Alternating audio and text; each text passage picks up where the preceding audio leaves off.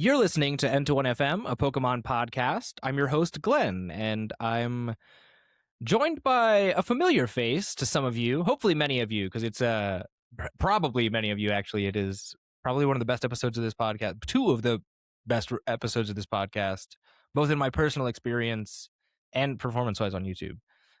This is a friend of mine and administrator of CGC, correct? Or like founder? Correct. Yes. Mr. RichibanGaming. How are you today? I'm pretty well. How are you doing? I'm doing all right. It's been a pretty crazy day. How's the weather where you're at? I understand you're pretty far west of me, which isn't saying much. I live in North Carolina. Everything's pretty Yeah. west of me. But we're like on like tornado watch and stuff today. Yeah, I've been hearing about that. This winter, I'm in Colorado. This winter has been absolutely miserable here in the sense it's been very hot, and we've been getting like no snow. It's been really bad. That's brutal. Yeah, it's awful. We actually got some snow 2 days ago, and it was sticking until today, where it hit like 50 or 60 again. So, Oh no. we're known for having snow on the ground. Like for most of the winter, it's just been an awful winter. So That's a shame. it's great weather. The weather's nice. Yeah, It's just not. It's not a Colorado winter. Not what you expected. No. Sure. We got a lot of your snow a couple weeks ago. Yeah, give it back. You can have it. That stuff was Please. terrible. Yeah. Oh man, for a state that gets like has had, we got more snow in those 2 weekends than we have in the last like maybe decade and a half combined. There was no infrastructure for it. It was we were in a bad way, to be That's sure. where all the snow went. Yeah, we were ready for it and we didn't get it. So dang. Well, you can have it back next year for sure. Awesome. Well, it's good to be here with you. I'm really glad you took the time out to come hang out with me. We're gonna talk about some really interesting stuff regarding something that is a little out of my wheelhouse, but I understand that it is definitely more your thing, and I'm trying to get more perspectives on that. Before we begin, though, friendly reminder to all the watchers, listeners, you can visit us at patreon.com/terminalcreative or use the link in the description to support the show. $1 a month gets you early access to every episode and access to our bonus show, N21 Plus, where we've been covering the CGC book club with Fire Red and Leaf Green, as well as, what are some other good episodes on there? We had, me and Johnny had our second Booze and Battle episode on there, which was pretty fun. We did our top cards of 2025 with For the Win TCG, if you know who that is. It was a great time. So lots of good things there. For the low price of $1 a month, I mean, I think it's a good value. Go check it out. And then $5 a month and $10 a month also have their own benefits, like asking questions on the show, getting early access to a list of interview interview guests, and of course, producer credits on the show. With that out of the way, I want to first, we're changing things up because Rich is here. And I wanted to actually get into what we're playing, which is our normal section that Johnny and I will do, where we talk about what we're playing and other things we're just consuming as well. And Rich, with you being the guest here, I'd love to hear what you're doing, what you've been playing. Yeah. Right now I'm playing Leaf Green per the book club, and also just because I'm in the mood to play it. When they released the Switch version, I was like, you know what, should visit this. I have the Fire Red cartridge. That's the one I played as a kid. But I was looking at Leaf Green. I was like, the exclusive mons in here are like much more my style. Like Bellsprout, Sandshrew. Late game has like Sneasel and Octillery. Those are a lot of my favorites. So I was like, I should play Leaf Green, and I have been, and it's been pretty good. I beat the Elite Four, and now I'm just trying to complete the Kanto decks for book club. Nice. Besides that, I've been in a Fire Emblem phase. I started with Three Houses when it came out, and then I played Engage, and I didn't like it. One, I personally think Three Houses is better, but two, Engage is like a celebration of the series, and I had only played Three Houses, and so I was like, I know who Marth is, and then like all these other characters that are like really integral to the plot, I'm like, I don't know who you are. So I've been like going back with NSO. I beat all but one of the Game Boy Advance titles. I recently played through Awakening. And I recently used store credit from my VGC locals to pick up Echoes. So that's sitting on my nightstand. So those are the two games I'm playing, are Fire Emblem and Pokemon. Very nice. I think the only Fire Emblem experience I have outside of like Smash Bros. Is there was a demo that you could get on 3DS like a long time ago. And that was my only exposure to it. I think it was when, it might have been the game where Byleth was introduced. But Byleth was on Switch. I lied then. It's fine. I have no full Yeah. recollection of those games, but I hear they're really great. I hear I'd like them. So Yeah, I'm having a blast playing through them. And then when I played all the old ones, I want to go back to Engage and then see okay, if I enjoy it more, which I think I already will because I already have characters like you just see Ike. Quick tangent. You yeah, see Ike in Smash Bros. And you're like, he's like Marth, but like a little more buff. Like that's pretty much it. He hits harder and he's yeah, less agile. I played Path of Radiance on NSO. I fucking love Ike. yeah. Ike is like a really good, well-written character, and I was like, this is crazy. Like I didn't think I'd like Ike this much. So anyway, having fun with that, with your knowledge of seeing Fire Emblem just being in Smash Bros. Being like blue-haired sword guys, and I'm like, wait, that guy's my goat. It's like a whole different Yeah. feeling. It's really funny. That's really cool. I hear Yeah. a lot. I listen to a lot of. I listened to another podcast called Punching Up, which is like just a full Nintendo show. And one of the hosts on there, Micah Moriarty, she is really, really into the Fire Emblem games. And I've been listening for a couple months now, and I'm like, I should really try these. So maybe we'll see. I'll have to upgrade my NSO, but I'll check them out in due time, I'm sure. If you do decide to send me a message, Okay, we'll do. That I'll keep that in mind. As for me, I've been playing like no Pokemon. I can't even lie. I think the most exposure I've had to Pokemon at all, other than of course Leaf Green, which I've been talking about on the bonus. I wanted to get your input because you won't be joining us this week, which is fine. You got things going on. And this was kind of a last second thing, but obviously Leaf Green. I wanted to.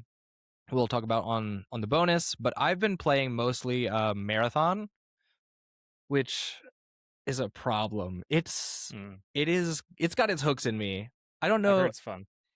It's one of those games that like the people who play it really, really love it, and the people who don't, like all the hate you see for it, because I've seen a lot of like haters more often than not, is just like people who aren't playing the game and are like watching it, and stuff like that. I don't know. I'm a big diehard Bungie fan, and so I was really excited at the prospect of a new game, and I wasn't sure about how Marathon would land for me. But for the 3 months prior to Marathon coming out, I had been hopelessly addicted to Balatro. Oh. And I think that got me in the perfect mindset to play an extraction shooter where everything is just It like, this could primed be you. gone at a moment's notice. Yeah. It could all end. I could just see the plant and then die. So like, I don't know. I think I'm in a really good spot for it. The game is gorgeous. The art style is really cool. As far as Pokemon goes, like again, just Leaf Green, and I've been trying to relearn like the Zoroark EX deck because it seems really well positioned going into the next like post rotation format. I'm playing it with so there's like a lot of debate right now about the A-spec card of choice in most decks. And many of them, Rich, am I speaking Greek to you right now? I'm sorry. Mildly, but I'm going to return the favor, so you can go for it. Okay. A-specs are a card that are like a really high value item or tool or something that is just you can't play more than one of it in a deck. Got it. And there's one right now that's a really heavy disruption card that is seeing a lot of play in Japan. It's called Unfair Stamp, where if your opponent has taken a knockout the previous turn, you on an item rather than a supporter, which is your once per turn cards, on an item which you can play multiple of, you and your opponent both shuffle your hand into your deck. You draw 5 and they draw 2, which is previously an effect that had been reserved for like a once per turn type of card and way stricter conditions. So that being on an item is already really strong. Japan is using it a lot because there's, I guess, less ways to rebuild your hand size. But the big two are really like Unfair Stamp, which is that card, and then Secret Box, which is pretty much it's a card that just says discard 3 cards and then pretty much just go get all your combo pieces. You get a Stadium, a tool, an item, and a Stadium, a tool, an item, and a supporter. So one of each trainer type. And most people are on Unfair Stamp going into Japan's format. and a lot of people are on Secret Box, especially for Zoroark EX as a deck. I'm finding a lot of success with it with Hero's Cape, though, which is a tool that gives you plus 100 HP and no like prizing penalty. Just because Zoroark does a lot of damage if he's able to like soak up a lot of damage, which is it's a fun archetype to play into, and it's something not a lot of people are expecting. Fair enough. Which is a lot of fun. Also, hello, Crunchwrap. Yeah, he's been doing laps around the desk. Love that guy. Now, I meant to ask you, what was your final team for Leaf Green? You said you beat the Elite Four. Yeah, it was. I had elected to just do childhood favorites. Okay. So that was in order that I caught them, if I can remember: Charizard, Primeape, Victory Bell. Well, actually, Charizard, Primeape, Sandslash came first, then Victory Bell, Kabutops. That's 5. And then I had Raichu. I'm a big Raichu fan. Yeah. Once I evolved it in Celadon, I went to go fight like a double battle that included, I think it was a double battle. I don't know. What's up, Crunchwrap? Like he wants to slap me, I think. He's looking at me like he wants to slap me. Hand go up. There was like a Fearow or something. And Raichu like didn't like barely did half to it with Thunderbolt. And I was like, something's wrong with this guy. I like calced his IVs and he was bad. And I was like, well, no. I have a different favorite electric type, so I picked up a Magneton. Very nice. And Magneton did a great job. And they do like the same thing, just Magneton is steel and bulkier and Raichu is faster. That's really it. Makes sense. I think my current electric type is a well, I don't have one technically speaking. I'm working on leveling up my Eevee until it learns Bite and then getting a Jolteon. So cool. That'll be my thing. I'm also playing. Oh yeah, Bite is special. Yeah.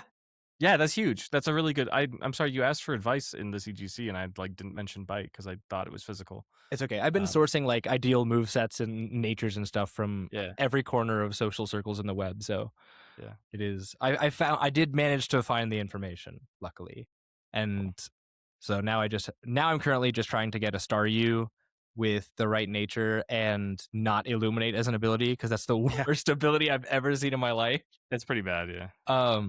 But yeah, things are going well. I literally just recorded like today's episode of the Let's Play, and it's just a half an hour of me fishing. So yeah. But very cool. Those are really cool favorites, by the way. I like a lot of those. Kabutops has always had a special place in my heart. It had way more though after I played Gen 5 and learned that Genesect was like supposed to be Kabutops. Yeah, maybe. I don't love that theory, but it's valid. They have a similar shape. I just don't see it personally. Fair enough. I also just like Scythe Hand guys. Like Scyther is also cool. Yeah, Scythe Hands are neat, for sure. Very cool gimmick. Excellent. Well, that's what we're playing. Pretty cool stuff. Lots of interesting. You said you were about to say stuff that I didn't understand as well. Is that in the what's we're playing or in the next topic? In like, I think it's the next topic. Okay. All right. Well, then let's get into that. So this is coming to us from, well, I'm using the Victory Road source. This came from the official Pokemon account on, I believe, Blue Sky and Twitter, and also just their main, like the Pokemon website news page. They announced the new set of rules and regulations for VGC taking place starting, when is this? I'm trying to find the April document. 1st. April 1st? Outstanding. And this is Regulation I, correct? Mm-hmm. All right. Now, I am completely unfamiliar with regulations and what makes them different from one another. Sure. So first of all, before we get into like the major concerns, at least that I was able to kind of glean from this announcement, what would you say is the hallmark of Regulation I? Regulation I is a very classic format. In the past, it was called GS Cup. I'm not really sure why it was called that. Mm-hmm. It is where each team is permitted up to 2 restricted legendary Pokemon. Okay. So those are like your box art legendaries, as they're referred to. They're your Ho-Oh, Miraidon, Kyurem, Xerneas. You know, all the super powerful 600 plus base stat Pokemon. You can have 2 of them on your team, and that really defines like your team building. So this is a very traditional format, very classic, and it makes sense that it's the one that you would end the generation on. It was the format we had at last Worlds. Okay. So I don't think anyone can be like, any VGC players are like upset about it. I mean, they're upset that it's not Champions, but I don't think they can be upset about like if it had to be Scarlet Violet. It makes sense that this would be the one. It just it's appropriate. Yeah. Is this the heavy Shadow Rider / Lunala and Miraidon format? Mhm. Okay. Well, G was more so. G Okay. was a less popular format and is less traditional. They've only been doing that since Gen 8, where you get one restricted. In my opinion, I'm not like the greatest VGC player. I'm a bit of a local demon, and I'm a chronic 5-3er at majors. So you can't take my opinion to stock too much, but in my opinion, Reg G with one restricted, it becomes a lot more like matchup roulette. Mhm. Because you got one centerpiece that you're building around versus in the double restricted, you can kind of like you can fashion different modes a lot easier and Yeah. still have a lot of power. So Reg G would have been bad. I think people would not have liked that as much as Reg I. That makes sense. Yeah. Yeah. Very cool.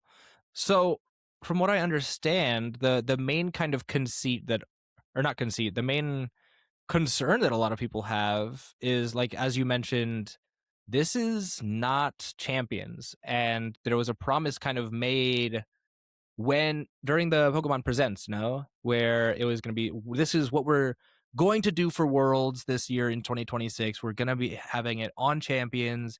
We're going to have a format that we haven't really specified details on yet, and people don't seem to like that, which I totally understand. I don't like the sound of a format where I don't know what the rules are, especially if, it's announced for Worlds and then we've kind of got this delay, like it's not out yet. We don't really have much time to practice with it. So, um, I want to get all your thoughts on this, just kind of Sure. in any order you like. Yeah. I am a Champions optimist. I'm a little spooked. I'm a little scared about the monetization practices. I think everyone is. Mhm. I can't help but think like the Pokemon Company was like, look, we're making another mobile game. We have Pokemon Unite and TCG Pocket, and those have battle passes. So like we're doing a battle pass. Like it just makes Please. sense. Yeah. Like I can't blame them for wanting to do it. But depending on what kind of things that they put behind it, like in the most recent Pokemon Presents info, we saw that Emborite was locked behind it. I don't think any VGC players particularly have high hopes for Mega Embor, but if that is like maybe the only way to get certain items or Mega Stones, then that is definitely a problem. Yeah, I didn't even So know about that. What I learned about the microtransactions were like vault spaces for slots that that you too. can hold. Yeah, I that didn't too. realize they were That hiding too. megastones behind the battle pass. Yes. I mean, like if you have a mega, like if you have an Embor and you beat ZA in your home, maybe they just give you one. Like I feel like that's the way to do it. Yeah. But like if you have no other Pokemon games, you don't have Pokemon Home, then like sure I kind of see it. But like what if it's like for a good mega? What if it's like Gengarite or like Mawilite Yeah. or like Charizardite? Like that sucks. Like that then it becomes pay to win and that's bad, right? So Yeah. Very bad. um That puts you in like yeah. pocket territory. I think the alternative that everyone wanted was like just cosmetics like Unite.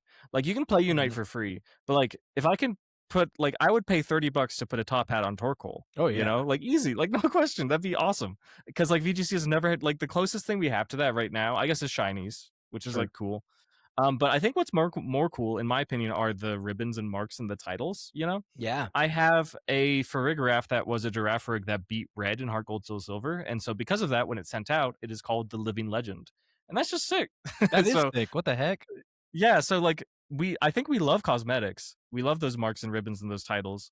If we got stupid clothes for our Pokemon, I think Champions would still like sell gangbusters than if they hid mechanics behind a paywall, which is what we're all scared about. Yeah. Now, I have a, on that note, would you have paid money for champions to avoid this kind of situation? Even if Yeah, not necessarily like a $70 full title, but something in the mid range closer to like anywhere from like 20 to $40. yeah. I'm not a great person to ask because I'm a VGC player. Sure. I would pay full price for it, especially if I didn't have to get the battle pass. Then it's my understanding that the Switch 2 version that is $20 is going to come with stuff that the mobile version won't. I could be misunderstanding that. Hmm. Um, yeah, I would easily pay $70 for it, but I think kind of one of the goals of Champions is getting in a lot of people who like aren't into the competitive circuit, at least in an Sure. official sense. Like get all the showdown players to try VGC, right? Yeah. It'll definitely Um, be what gets me to like really try to step into it because yeah, if you like, get on your phone with like good graphics, like I think people are gonna be getting yeah. into it for sure. Well, I'll even pay for it on the Um, Switch. Like I just, yeah, because that's where I do most of my gaming anyways. But I certainly like the most daunting thing about VGC right now is the steep entry fee, whether that's time or money. Yeah, it's the knowledge floor. Yeah. Once you can get there, which you can, it'll take a couple weeks. But once you get to the floor, Yeah. then there's a lot to explore. Sure. But at the beginning, you're gonna have a hard time while you're building that experience. Yeah. Like It's one of those I games. just discovered Nature's, so Yeah, yeah. so I'm sure I'll get there, but it's definitely something that's got me excited. So I'm curious to know what the waters are like for everybody who's a VGC player about when it comes to money. Because in my mind, like I would way rather would pay money for a product and just have it than be like, no, you got to battle pass me to death. Well, no, I mean that's the distinction that VGC players have been joking about between VGC and TCG for decades now. Really? Is that like, yeah, VGC players like, oh yeah, we put down the down payment, we get the console in the game, and we don't spend money ever again. Mm. And as opposed to like, oh, those TCGs like chumps have to shell out every time that there's a new set that releases, you know? That's like that's the debate. It's not they're being silly. It's not like a real rivalry, but it's a Sure. comparison that's made. And now is the threat that like, oh, maybe you will also be paying Yeah. $20 every time a new thing happens. Get ready to learn booster packs, buddy. Yeah, exactly. Like that is a fear that it has been had, and I know I have a couple locals at least who are like, yeah, I kind of just wish we like played VGC on Wind and Waves because like we're gonna get those games and like it'd be cool Yeah. if we could just keep doing that. But there's also super valid alternative arguments as to why moving to like a mobile live service platform is really good for the game. Like it's good for an esport in general Yeah. to not be like locked to a single player experience. But I also think it's good for like Game Freak's design team as well, because then they don't have to cater the single player experience to the competitive one. And vice versa. Yeah. Like you just don't have to worry about it. Like, yeah, there's a lot of promise. We'll see like how it's actually implemented, but that along with the fact that like if not everyone knows, there have been Pokemon balance patches between generations. There have been buffs and nerfs. But the thing is that those are like the only times they can do it, you know? Yeah. In Gen, I think it was Gen 7, they decided Aegislash too strong. We're cutting its stats by 10. It cut essentially its defenses and its offenses by 10 points, which is significant. Like that's a pretty big number when it comes to VGC. But they only did that between generations. Now Champions has the not like this is guaranteed or anything, but it has the potential where like a Winds and Waves Pokemon is too strong, and they're like, you know what? Let's just change the stats, and then they just do it, and we don't have to wait for the next generation, right? So Yeah. like Well, that's a promise. Like Dark Void Smeargle. Like if something like that ever came up again, they could just be like, not anymore, and just like stop it. yeah. When in the past they couldn't do anything, they just had to let it go crazy because there was no other option. Right. Well, and you think there's also, if you have a separate ecosystem like that, you're also able to tweak things like move pools and like base stat totals just for champions, right? Yes. And you can be like, hey, if you move, whatever your final evolution of Gekwa is into champions, you're going to have these stats dropped by or changed to these values, and this move is on a ban list. So when you have to transfer it back, it'll have to relearn that move or whatever. But and I think for VGC players, that's a good prospect just to have that option. Yeah, that's good. Having a game that you can more readily update to adjust the meta to account for like outliers is always a good thing, in my opinion. Totally. That's just like game design. That's very interesting. So I'm trying to think of where to go from there. So I guess kind of the next natural question is like, what does this mean for the lead up to Worlds where supposedly we're going to be on Champions? First of all, do you think we'll have Champions by Worlds 26? I mean, I think they kind of dug themselves into a hole, and Certainly. I think we have to. I say that because I don't remember the exact thing I saw. I don't remember it being spoken. I remember being written and reading it. I remember some sort of press release or discussion or something where someone official said every game at Worlds will have mega evolutions. And it was after Champions was announced, and they showed megas in the trailer for Champions. So we were like, okay, like we're playing Champions at Worlds. Like, that's cool, and that makes sense. And it's getting a little spooky because we're getting the game next month in April. Yeah. And like before they make it the official game for the format, we need like a little bit of time to like get acquainted and figure out how it works and stuff, you know? Yeah. And now we just recently saw the announcement that we're not playing Champions through May for sure. Okay. And it's just a little spooky is all. We've had a taste of this in a less dramatic way. It was 2 years ago, yeah? Yeah, 2 years ago, we were playing Scarlet and Violet regardless. But Worlds was the debut of a new rule set. It was the first tournament in Regulation D. That's right. And while like that, it depending on like the rule set that's switching over, it may not be a big deal. It's kind of big for the culmination of the season to be a rule set that no one's played. And not only that, but it was the first rule set that incorporated Pokemon Home. So what that means is like you have the Pokemon you can catch in Scarlet and Violet. And regs A, B, and C just like gradually ramped the power level. Like they were like, okay, so now you have the Treasures of Ruin, now you have the Paradox Pokemon. Reg D just said everything that isn't a restricted legendary and that's in home you can use. So that's a lot of crazy stuff. Yeah, that's fun. that's Landorus and Urshifu and like just really powerful like VGC classics, and mixed with the new Paldeamons. So the meta was just very volatile. Like there was no practice getting into it. Yeah. And it looks like we're facing a similar issue where we know what the world's rule set is going to be. It's called MA, but we don't know any of the Pokemon that are in it, let alone any changes that champions might implement as far as like mechanics or stats or like there's just so many questions besides the name of the format, which like doesn't like we're assuming that the M stands for megas because they said megas in every game, and ZA had a bunch of new megas, so like okay, megas, like we get it. And then A historically with Scarlet Violet, that was just the first one, and then they count down the alphabet. Yeah. So megas first format, but the name of the format doesn't tell us what Pokemon are legal. Like because it's champions, it could be anything. Like it could be a specific dex. It could just be Paldea dex with megas. Like it could be, or it could be Hoenn dex, or it could be like partial Alola and Sinnoh dex, or like it could just be a random assortment of mons, and we have no idea, and that changes the meta so significantly. Yeah. So if Worlds is the first event for us with that rule set, that's going to be. It'll be exciting for sure, but I don't think in a good way. Yeah. I think whoever it's going to really come down to like whoever can crack the code with what's available quickly and figure that out will be at a serious advantage as opposed to a developed meta where like there's a lot more skill expression. I will say that there is what's called a global challenge. I don't remember if it's a global challenge or grand challenge. There's an online tournament that's already announced for champions after it comes out. And for every region outside of Japan, there's no championship point incentive. So it's just like for fun. It's like a friendly. Yeah. For Japan, it's a qualifier. So that makes things really interesting. So everyone pre-Worlds, if we're not getting... Okay, so this is the caveat. If we're not playing champions for NAIC, that's the only major that's still up in the air for playing Regulation I or champions. Like it's not been confirmed. We don't know yet. That's the only major? It's the only major that we aren't sure. Or sorry, at least I should say in the West. I think that there might be some other majors that might be up in the air. But NAIC is a big one because it's an internet. Right? Yeah. So... And I want to go to NAIC. I'm planning on going, so I'm like a little nervous. Like I like Reg Eye, but like I want to know. Yeah. I don't like it's important. So anyway, so that online tournament is a qualifier for Japan. So they're gonna be tryharding. Yeah. So I think a lot of if we don't play champions at NAIC or any majors until Worlds, everyone's gonna be looking at the results of that tournament to figure out what's working.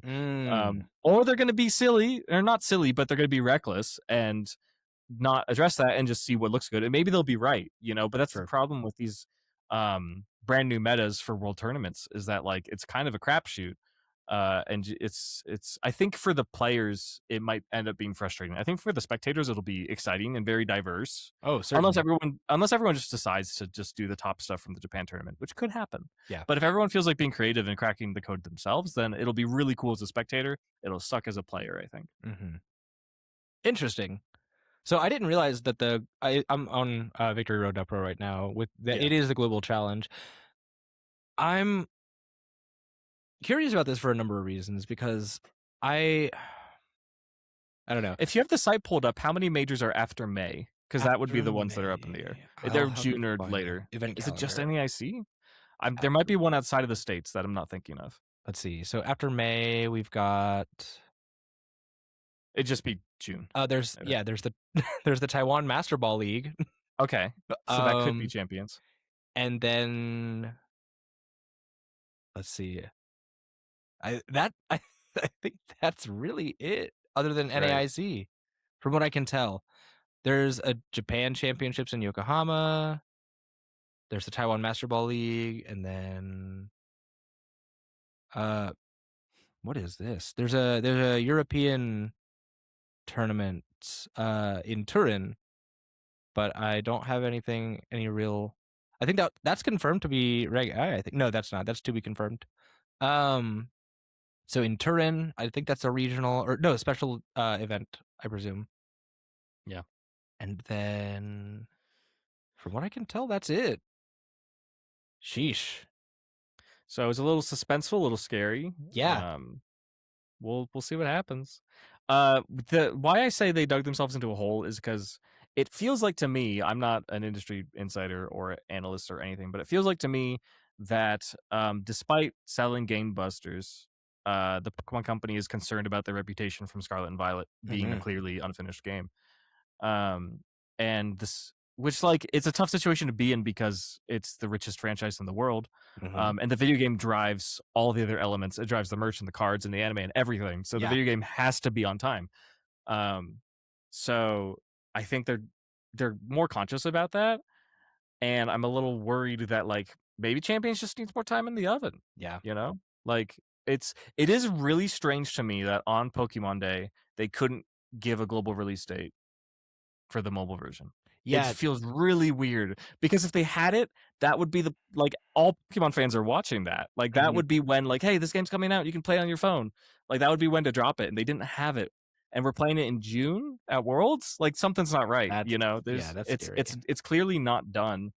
So it's a bummer. I don't really know. What else to say. Certainly. Like, and it's evident that the Pokemon Company is trying to recover from Scarlet and Violet's release.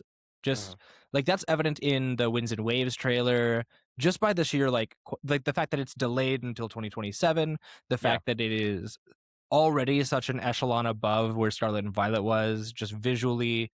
It's very clear that like the Pokemon Company was like, all right, maybe our franchise isn't invincible, and we really need to give these games the TLC that they deserve. Like I've got a friend who works in game dev who is his mantra for the longest time. He's like, Pokemon needs to stop doing so much so quickly, and it needs to be like either less going on or take longer to do it. And then like he and I had talked about like, well, I'd be fine with a game that only gives us like 50 new mons if it was able to be of a higher quality. And he didn't agree with that, but I don't either. that's totally fine. But like just like any kind of concession to bring the quality up in a way that's meaningful to players and to the quality of life of like the competitors too, because those are two very distinct like types of person, as like a player of the game and a competitor. So yeah, I'm not sure. I'd be terrified if I was playing VGC at a competitive level right now, because Worlds is what, August 28th, if I'm not mistaken. This sounds right. Late August. Having June and July and most of August to figure out what your team is going to be, and the proposition of it even like being nearly 1,000 Pokemon, over 1,000 Pokemon, if we're yeah, imagine a NetDex format. Like it could be. Like it could just be every like that's wild. Like an anything goes format that also you get megas in. Like that sounds gross. Technically it could be. Yeah. You know? Like and like we can't there's no way to prepare. Reg D was at least like, all right, we know like 60-70% of the decks, and we understand how these pieces work together and stuff. Yeah. But if there's no history in MA to reference, it's crazy. There's no precedent. Exactly. Yeah, there's nothing to compare to. Like, you know, at San Diego, the first format of Reggae on Scarlet Violet, it was crazy, but like it was cool and fun because it was just the first one. You know, it was just the first event, and so it was going to be that way. For Worlds to be that way is just really it's tough. It's irresponsible on their part. Yeah, I think so. I think that's a good way to put it. I guess to kind of bring it towards more something like that's lighthearted and less worrisome about the format. What hopes do you have for this kind of format for Worlds, right? Are there any megas that you're like, we should probably not have this based on the data that you guys have from ZA? Are there any Pokemon that you want to for sure not see be there? Like, are there any like ban list, restricted list, anything in those lines? How much Incineroar do you want to see? How few Rapid Strike Urshifu do you want to see? Like, what's that look like for you? Yeah, it's tough to say without the context. I will say regarding ZA Megas, we haven't seen their abilities, which is huge. Like that's a really determining factor as far as what Pokemon are good or not. None of them look too crazy. I think the best looking ZA Mega just on raw stats is Heatran. But that's also because Heatran like didn't need a buff. Like it kind of did. It's fallen off a bit, but Heatran's been consistently good ever since Gen 4. And its stat distribution for its Mega is excellent. And I think on Showdown singles, they're doing fan abilities. They're like, this would be cool. And they gave it Earth Eater. Are you familiar with Earth Eater? I'm not. Enlighten me. It's like Water Absorb, but for ground type moves. So if you get hit by a ground move, you heal instead of taking damage. Oh, that'd be sick for him.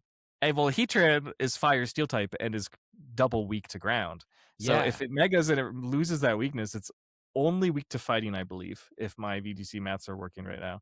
And it has that crazy stat line. Yeah, that'd be bananas. What the heck? Yeah. So and it's got that big ass mouth. Like maybe he's eating Earth. Like, I don't know. What so that it mouth could be. do? Yeah, exactly. It eats Earth. Jeez. So pretty cool. I like Heatran. That would be the most broken thing I think they could do. I guess in a restricted format they could do Mega Zygarde, and Mega Zygarde is like stupid, but it's very conditional. It makes you do a lot of work to get it to its ultimate form, with its Mega. Yeah. You need base form Zygarde. You need it to drop to 50% HP to trigger its second form, and then you can Mega it. So unless they change how that works, if you can just Mega Zygarde right away, then never mind. Yeah. But based on our understanding, it has to hit complete form, which means it has to hit 50% HP. And then it megas and it becomes squishier. So it might not actually be that strong. It has crazy special attack. It has a stupid broken move, but like achieving it, we have to see. And again, like achieving it requires having the right support mons. Yeah, available in the decks, and we just don't know. So you asked me what my hopes were for champions. I hope that there is cute and creative and fun rule sets. I want to see modern mechanics for old rule sets. Like I would love to see like the first 3 gens. I think I kind of mentioned this, like Kanto, Johto, Hoenn dexes, and like with modern mechanics. And that's the rule set. Like you're only using those Pokemon. And none of them are like too strong. Maybe with megas they would be. Do a non-mega format where you have those. And that's another cool thing about champions too, is that they have already advertised the mechanic that the protagonist wears a bracelet that has all of the generational mechanics on it. So it has like a mega crystal and a Z crystal and the Dynamax button and the Terra button. Like they're all on that. So that kind of gives us the opportunity, like maybe you could play Paldea with Z moves instead of Terra. That'd be cool. You know? Like there's just cool. Do you think they'll put all the gimmicks in like at the same time, or do you think they'll have like formats where they restrict which gimmicks you can't use? So the very first trailer featured parts. The first trailer had a Terra Water Dondozo and a Mega Charizard facing each other. So like it could happen. Like that'd be really interesting. I hope they don't do that right away. I don't think they will. I think they're focused on megas right now. I hope so. I think like Worlds 28 or 29 being all mechanics and then like you pick one maybe would be really interesting. But all mechanics at the same time, I don't even know how that would work. Jeez. I don't know if it's possible to do that. I think you'd have to lock into one. I hope so. Yeah, I would. I do not want to look down the barrel of a Terra Water Gigantamaxed Mega Rapid Striker Shifu.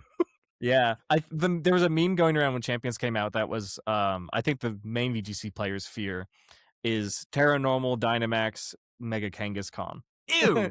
That's the one that they're frightened about. Yeah, I'm good. You can keep that. Yeah. That guy's gross. And it was using a Z move. Of course. Yeah. Light that burns the sky, but coming from the baby. Yeah. Well, no, it hits you once and then a second light that burns the sky hits you. That's how parental bond works. Sir, there's been a second light that burns the sky. Yeah. Oh, man. So, yuck. There's a lot of potential and hope and optimism with Champions, but there's also a lot of fear. And that's kind of what we're sitting in until we can get our hands on the game. Yeah, certainly. That's exciting. Certainly a lot for players to prepare for. I hope that it goes really well for you guys. I mean, you've got kind of, it's a lot on your plate. I expect that obviously there will be players that rise to the occasion, and you know, I'm always astounded. The Pokemon players, regardless of what game specifically they play, will always concoct something. There's a lot of great minds in this community. I hope kind of similar to what you do. maybe as somebody who doesn't have any stake in it, but like I am always hopeful for shakeups that are interesting and cute and fun to come to the game. Yeah. So I hope that for you guys. Thank you. On a slightly like lesser stakes note, there's also been some announcements about the 2027 championship series, as well as some mid-year celebrations for Play Pokemon stuff, including some rewards for VGC players. So Yeah. this article comes to us from Pokemon.com's news site, or like just news tab. The title is Mid-Year Celebrations Return to Play Pokemon Stores on June 15th. And it describes like just the fact that we're going to have an off season between June 15th to August 16th, where you won't be getting championship points because it'll be the end of season, but you will have other things to earn, like there'll be playmats and journals and things of the like. And for VGC players, it was actually announced. Let's see here. I'm trying to find it. There's a notebook showcasing Pokemon Champions key art for VGC event winners. There's something for Pokemon Go players. And then I feel like I might be going crazy. Where is it? Yes. So now in the 2027 season, Pokemon VGC and Pokemon Go competitors who finish first place at a local event will now also earn an acrylic trophy alongside some cool digital rewards to commemorate their accomplishments. What are your thoughts on this? I think that's great. I'm the most chronic bemoaner of the fact that when I started playing VGC and going to majors, they gave us hats, and I'm bald, so I love hats. Yeah. And now everyone gets playmats. And it's like, playmats are cool, but like They're I don't play the not. card game. Like, okay, yeah, that's fair. Yeah, playmats suck actually, and we hate them, and even the TCG players hate them. So actually, change your mind. Well, I'm thinking. Sorry, I didn't mean to interrupt you. Like, I'm No. trying to think from the perspective of somebody who only plays VGC. I'm like, why the hell would I want to play Yeah. that? You can Yeah, just flip your like switch on that. Like, the hats were awesome. I remember when I went to my first Charlotte regional here on the East Coast. Like, I remember seeing the hats and being like, damn, I want that. I don't want this stupid mat, bro. Yeah. Give me the hat Yeah. with the sobble on it. I only need so many mouse pads is the way that it works for me. Like, Yeah. you know, I'm using one right now. It's the EUIC one. But I only need one, you know? Yeah. I have like so, my playmat that I play with that's in a tube in my bag. And yeah. I'll occasionally alternate that one. And I have one big chase one that I want to get. I want to get the Origin Form Palkia one from I think it was Brisbane Regionals that was like all top 8 was Palkia and Teleon. Just because I loved that deck and that was a really funny tournament. But like that's the only one I'd really care about. I mean, the new TCG mats next season are going to be, or I guess for current cups look cool, but like I also don't care one way or the other. So I can't imagine a VGC player would want a play mat. I think it's high time you guys got something cool. Totally. So trophies are great. I have a bookcase behind me, and there's nothing on the top shelf. And I've had a great local season this season. And I would love to put 8 trophies up there. That'd be awesome. And additionally, it mentioned something about digital rewards. I think a distribution could be cool. Like, you know, they do that for everyone for mystery gift at the larger tournaments on the Twitch streams.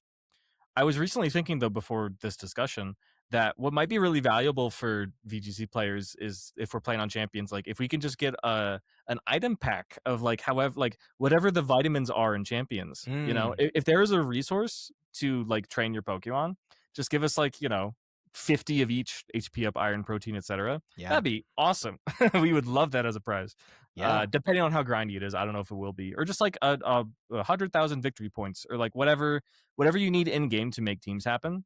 Getting a payout of that versus like getting Mons would be like really good. I think we would love that, but also like getting Mons are cool, especially if they are in Cherish Balls, because Cherish Balls, that's the only distributions is the only way you get Cherish Balls. They're so sick. I love the Cherish Ball design. Yeah, that all red cool. is so striking. It is, yeah, that sounds really cool. Yeah, we're into it. They've been giving out like tiny Switch bags that are Scarlet Violet themed. Oh, that's for first cute. place lately. They started that like a month ago, and they're fine. But if you keep winning, you only need one. Like it's the same. It's just funny.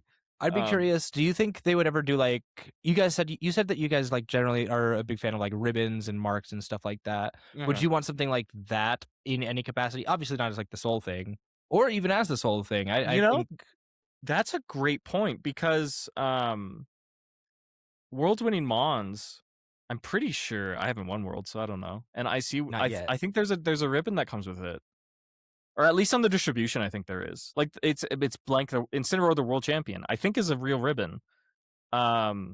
If they could do one that's like, if they could assign your team the cup victor or something, Yeah, that'd be sweet. that'd be cool. I like, think so. Yeah, we'd be super into that. So, everyone in my scene is really just playing like for fun, to socialize, and for championship points. Sure. Like we don't really care about like money. Like it's cool when we get store credit, but that's like not what we're there for.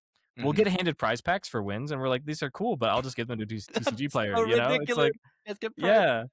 Yeah, we get prize packs. It's just like, it doesn't make any sense. So like, yeah, even just a title on our team that's just like, hey, these guys won a cup. Like, that's cool. Yeah, we'll totally take that.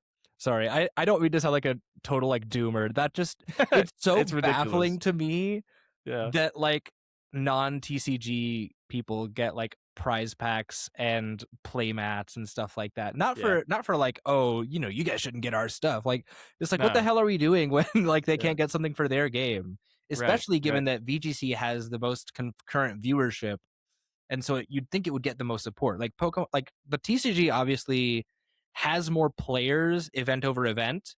It's like a higher population, but VGC garners such an exponentially higher amount of viewership, and maybe that doesn't translate to sales and things like that, but I have to imagine it's not an inconsequential difference. You know what I mean? Right. I don't know. So that it's so baffling to me. I'm like, why do they not get their own cool stuff? Yeah. So hopefully next season. Yeah. No, like vitamin packs would be sick. I think like if for some ungodly reason there's some currency that you have to use to adjust your EVs and all that, like then just for that sure. currency. Yeah, that currency would be great. Even just like if you win a cup, get like a battle pass or like whatever the premium currency is, so you can buy an outfit or something. I don't know. Yeah. That seems wild. That feels a lot more applicable. I agree. Yeah. By the way, keep an eye out in your prize packs because some of those are worth money. You just can't sell them to LGSs because all the cards I get from majors too, I give them to my nephews. That's awesome. And they're both under 10, and they're like 5 and 8, I think. Nice. So they love them for the sake of being children loving Pokemon, and that's priceless. That is priceless. That's worth more than I could sell them for. So. True. This is true. Yeah. Well, that's awesome. Do you have any thoughts on this notebook? I mean, notebooks are cool. Yeah. Because as a VGC player, you take notes. Yeah. So I'm happy to have them. Sure. Yeah, that's fine. Like, I think that's an appropriate prize. That's better than a playmat for sure. Yeah, definitely. Yeah. Cool. Yeah, I'm spoiled for notebooks. This doesn't do much for me because my dad works at like a printing company, and so he would bring home like a new notebook every week. So I'm like, I've got more notebooks than I'll ever do anything with. But that does look exciting. It's a cool piece of key art. Excellent. I think that's all the questions I had for you. I understand you've probably got to go. I don't really have any parting words for us. Not particularly. Thank you for having me. Yeah. I'm not particularly notorious in VGC, but I do play it a lot. Yeah, I mean, you've almost made day 2 a couple times. I did make day 2 at NAIC. Yeah. And I've missed day 2 by 1 match countless times. That's a good average record. Yeah, I'll take it. I can't remember the last time I went negative. So that's pretty good. And as I said, at my locals, I tend to be a bit of a demon. So I'll take it. I'll break through one of these days. We'll see. Yeah. I have to prep for Houston. That's part of why I got a dip, is because I'm flying out on Wednesday. What are you taking at Houston? I'm taking some goofy stuff, which will probably contribute to getting a 5-3. But no, I'm looking forward to it. I'm taking my signature bundle. I take Iron Bundle to like every event I can, just because I love that guy. Yeah. And so my thing is like, I pick a mon I really want to use, and then I try and just like pick good meta stuff to put around it. So there was a really popular Fluttermane Hisuian Arcanine core. Okay. That's been going around and doing well at events, and I've pretty much just replaced Fluttermane with Bundle. The strategy with Fluttermane was more like you had Icy Wind to slow things down so Arcanine could hit them and flinch them maybe. Yeah. And Fluttermane also carried Thunder Wave so that you could throw rocks at them, Rock Slide, to get the flinch. And then also maybe they don't act because they're paralyzed. Yeah. And Bundle doesn't get... Yeah, exactly. Bundle doesn't get Thunder Wave, so that's like not a point in its favor, but Bundle outspeeds all Fluttermane. Yeah. So I've kind of decked out Arcanine to just really just be for its great damage. And if I get a flinch, cool. But like, there's no way to tilt a VGC player better than paralyzing and flinching all their mons. And then they're like, I didn't get to play the game. And I'm like, well, this is more damage and it's a little more honest. So I'll take it. I just love bundle. So very cool. Yeah, I was going to ask if you were taking like bundle or you're for a Garaf. So that's exciting. Yeah. Cool, man. I'm excited. Have you heard about the silly like Houston debacle with TCG? No. Okay. So the new set that's coming out, Perfect Order, has a reprint of a card that's highly impactful to the meta called Pokepad. Yeah, I heard about Pokepad.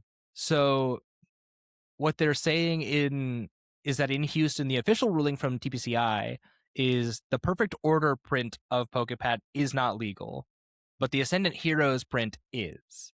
And so now, which is... And they're functionally the same, right? They are exactly the same card, but one of them is technically unreleased because it's still pre-release weekends. Oh, it's an issue with like the rule set rotation. Yeah, precisely. So, got it.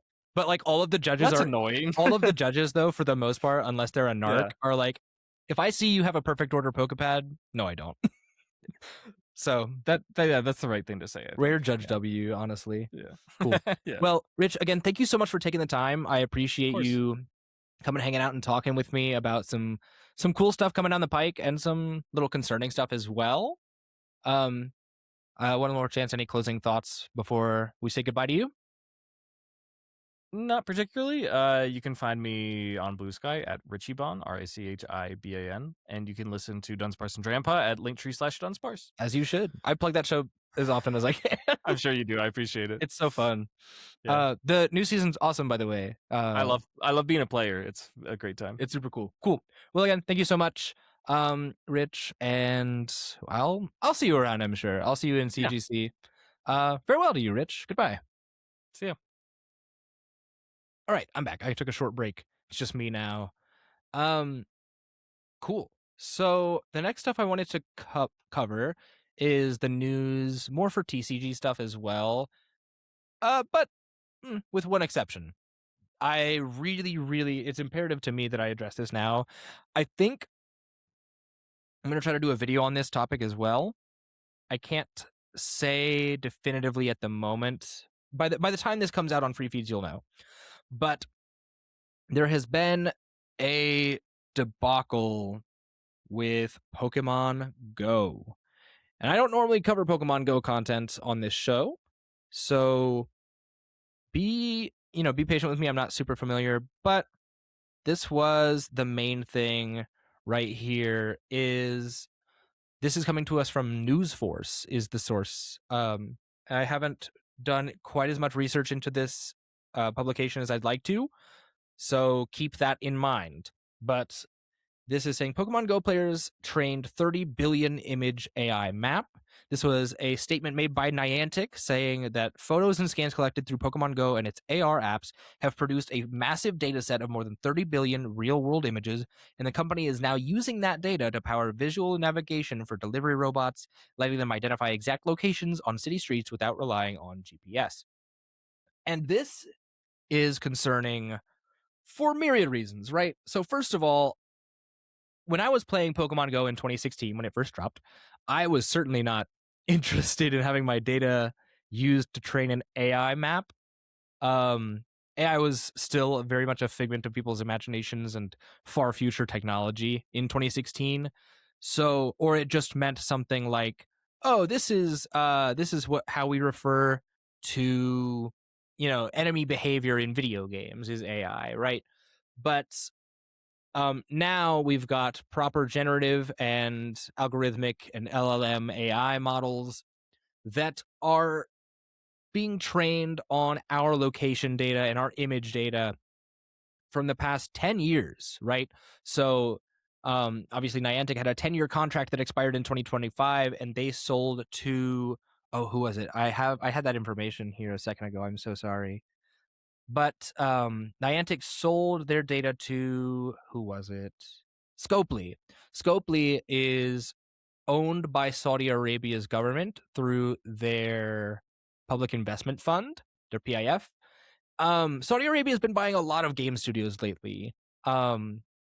Certainly Niantic, but also Ubisoft and I believe EA as well, all have a lot of Saudi Arabian money in them. And I want to preface this with the understanding that you really need to understand there is a difference between the Saudi Arabian people and the Saudi Arabian government. I trust you as my viewer for the most part to have that understanding, but I also want to make it clear that like this is in no way an indictment of any Saudi Arabian people and should not be used or weaponized against them. This is purely an indictment of Saudi Arabia's government, which has notoriously been not very good, and like responsible for the death of many journalists, which is a field that I care deeply about. So, with that understanding, I want to go into this with that's who I am concerned about. In addition to the AI conversation, right? So, first and foremost, I don't like any government having my location and image data. Not into that. In fact, I turned off the AR mode on Pokemon Go a long time ago just because it was inconvenient. I didn't want to like have to spin around with my phone to sorry, I hit my mic to get an image of the Pokemon. I just was like, let me just see it in one screen and then throw my ball at it. But it was even taking location data from players when they weren't playing the game. So it's very shady all around. And I'll probably do more in-depth and more concise reporting on this in a video proper if I'm able to. But the whole point of this portion of the news is that I want you to understand who you're supporting, especially if you're financially contributing to Pokemon Go. Like if you're making in-app purchases in Pokemon Go, you really need to understand where your money's going. And that money is going to the Saudi Arabian government. I understand it's one thing to be like, oh, it's a California-based company, but it is still owned and putting money directly into the pockets of the Saudi Arabian government through their public investment fund. So just it's the premise of like caveat emptor, right? Like you need to know what you're paying for. You need to it's up to the customer to decide what the quality of the product is worth buying. And if you like myself, I deleted my account and uninstalled the app this morning when this news broke. I moved all my guys over through home and I'm like, I'm not doing this anymore. Mostly because I also didn't have a ton of stake in Go. So I didn't lose very much. I just was able to move all my guys over. But I can't in good conscience support that, especially supply more data to AI in a time when AI is invading lives more and more and more. So, like I didn't even play Battlefield 6 when I heard that they were being, I think that was that EA or Ubisoft being sold to Saudi Arabia's investment fund as well. So I'm putting my money where my mouth is. I'm not requiring that you do, but you ought to know who you're supporting. And with that, I'll move on to I'll move away from that because I understand it's a divisive topic for a lot of people, and not everybody knows about it. But I just wanted to draw your attention there. Next up, I want to talk about. I guess we just have like the usual articles to go over now. There's not been a lot of news really in the TCG space, at least as far as I understand.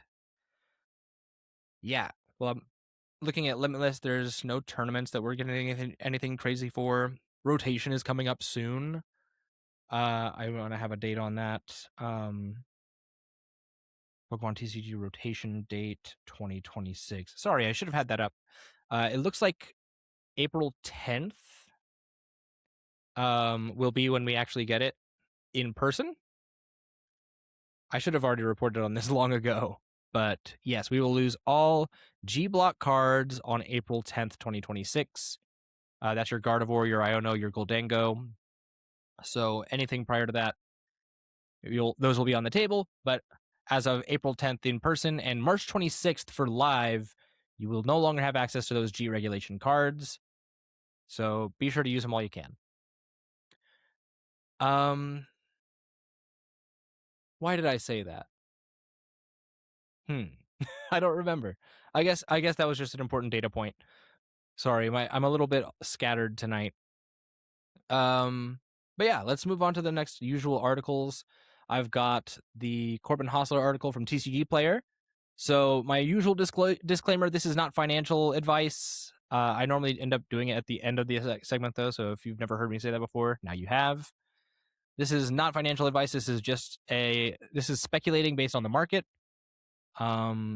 This article is titled "The Biggest Price Spikes in Pokemon This Week, 3/11/2026," written by Corbin Hostler on tcgplayer.com. This was published 5 days ago, so it's a fairly old article. I'm going to do my best to judge it based on where the prices were at that time.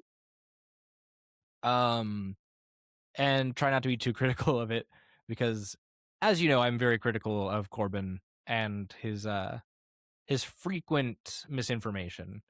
So, according to this article, the first several are pretty much ripped straight from last week's. In fact, is this not just last week's article? No, it's not. I had to. Jeez, sorry. I don't mean to be. I'm really not doing a bit. I thought the first 2 cards had me convinced this was the same list. But the first card on this list is the Charizard EX Special Illustration Rare from 151, with the no neck Charizard. It is currently valued at $432 market price, $432.60. As of March 11th, when this article was written, it was sitting at $477.49, and I guess it had kind of just jumped up from $459. It's kind of plateauing and even trailing off a little bit, though, so I wouldn't really say that this is a spike in price. The next on the list is the Charmander card from that same set, 151, the illustration rare there.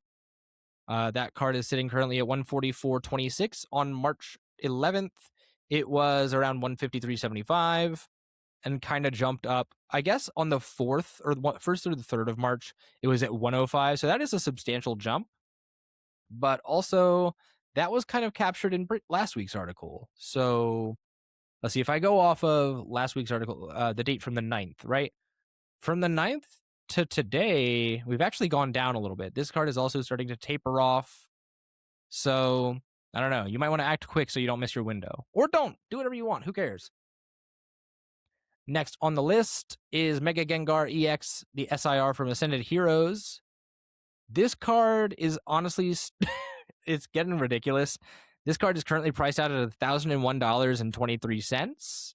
It had dipped for a while. It actually, what is it? 3 days ago, it dipped down to $941.37, and now it's jumping back up.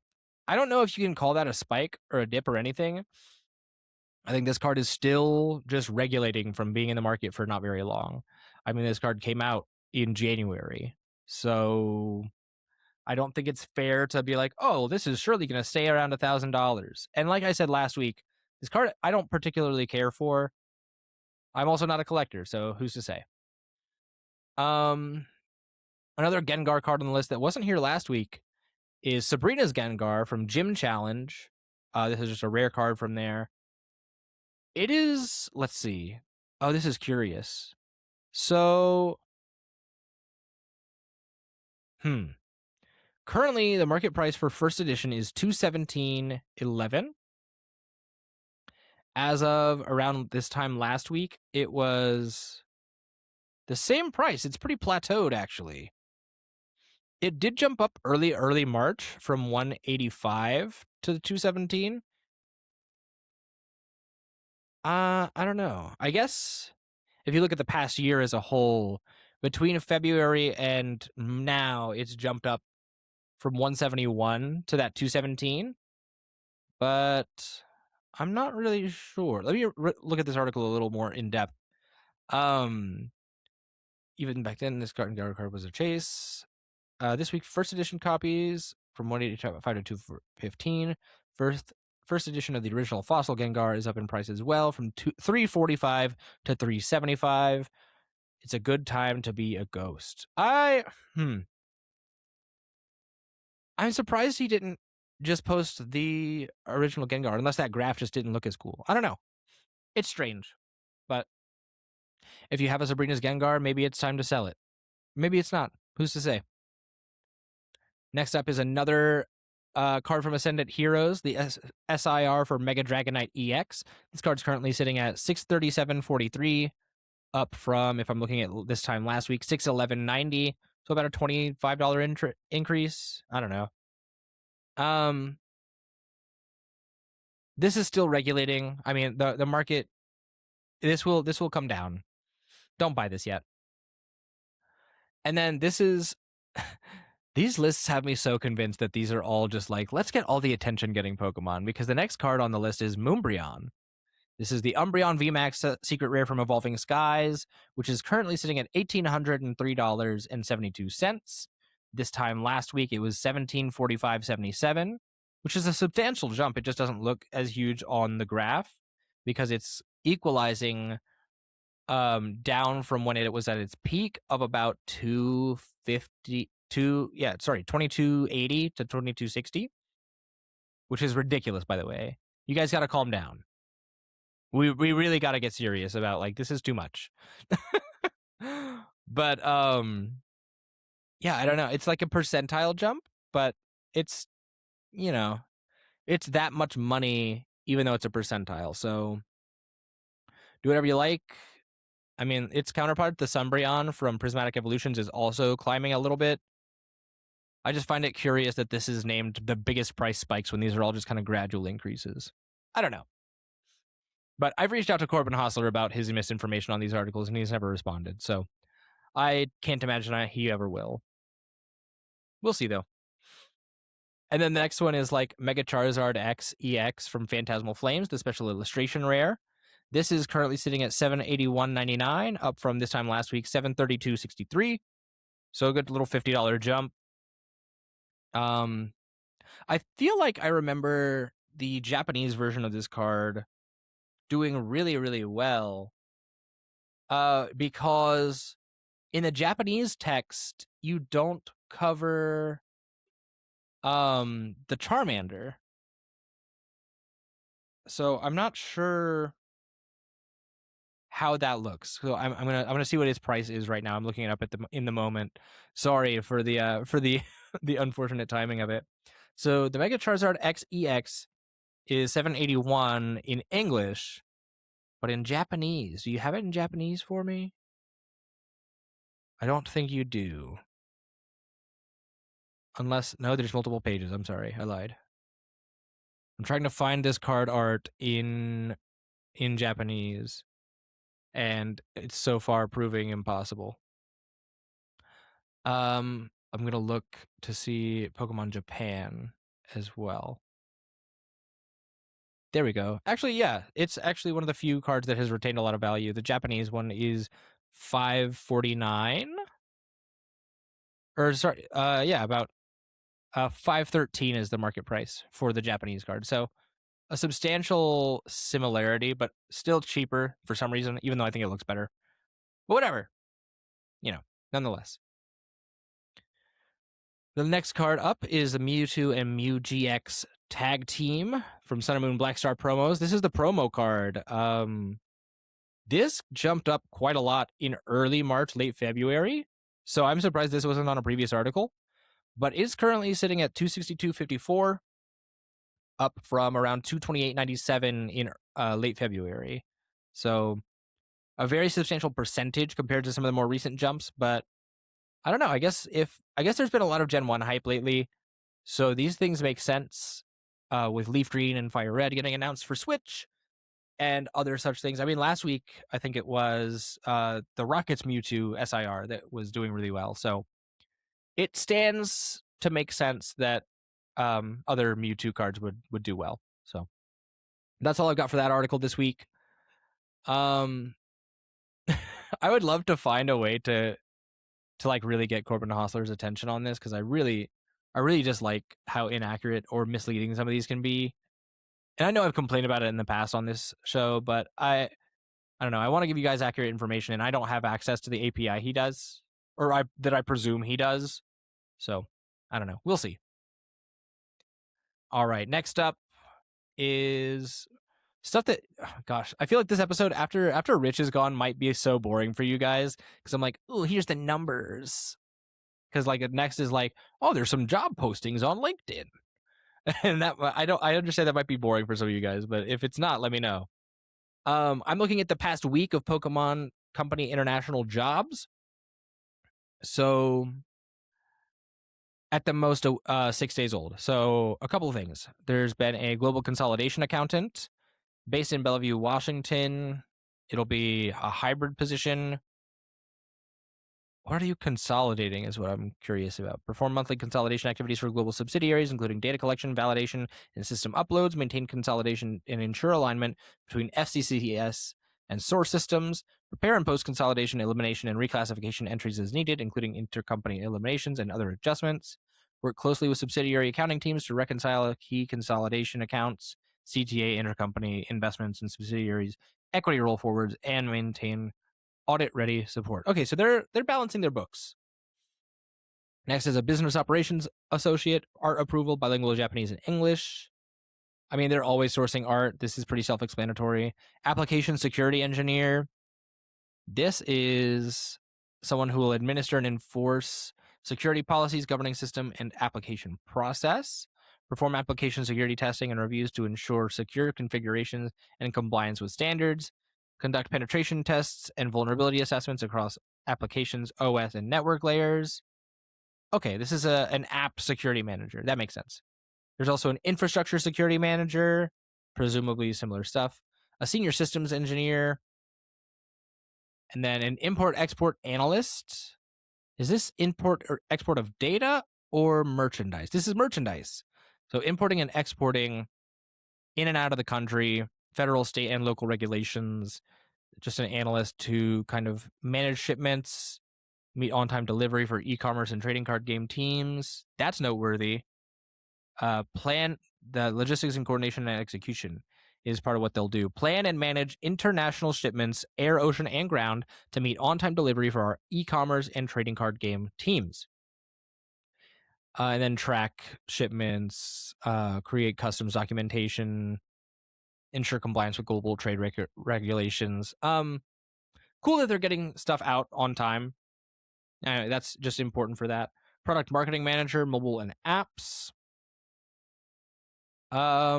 That's pretty self-explanatory as well. And then senior internal audit project manager. This seems to look like any other book balancer. But very interesting. I think these are some cool jobs. I think a lot of people. I mean, I don't have anything to speculate about for these. It seems like they're getting their finances in order and then working with, the various systems in their company. There's not anything to go off of, so I can't really have any fun speculation today. But, it is what it is. That's all for the news, I think. There's not really much anything else. Let me have one last look at Pokebeach to see if anything else has happened. Perfect Order got announced. The full set guide got released 4 days ago, but not worried about that.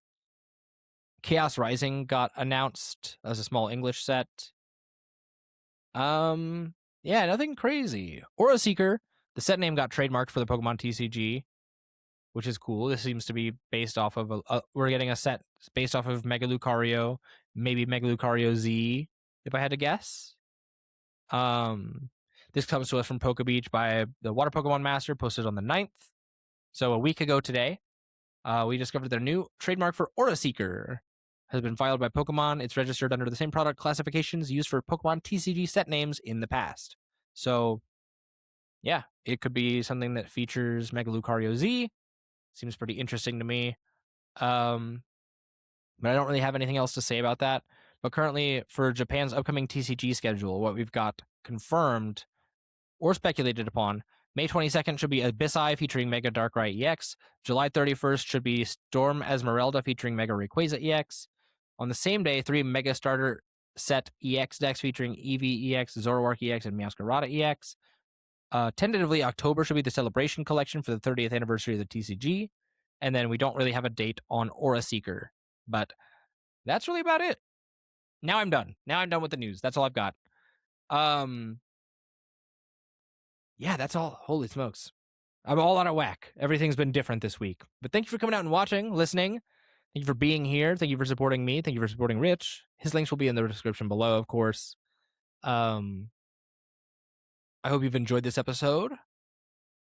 If you did, leave a like, leave a comment, subscribe.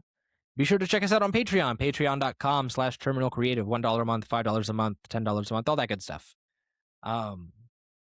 But most of all, thank you just for being here. So I'll see you in the next one. Farewell.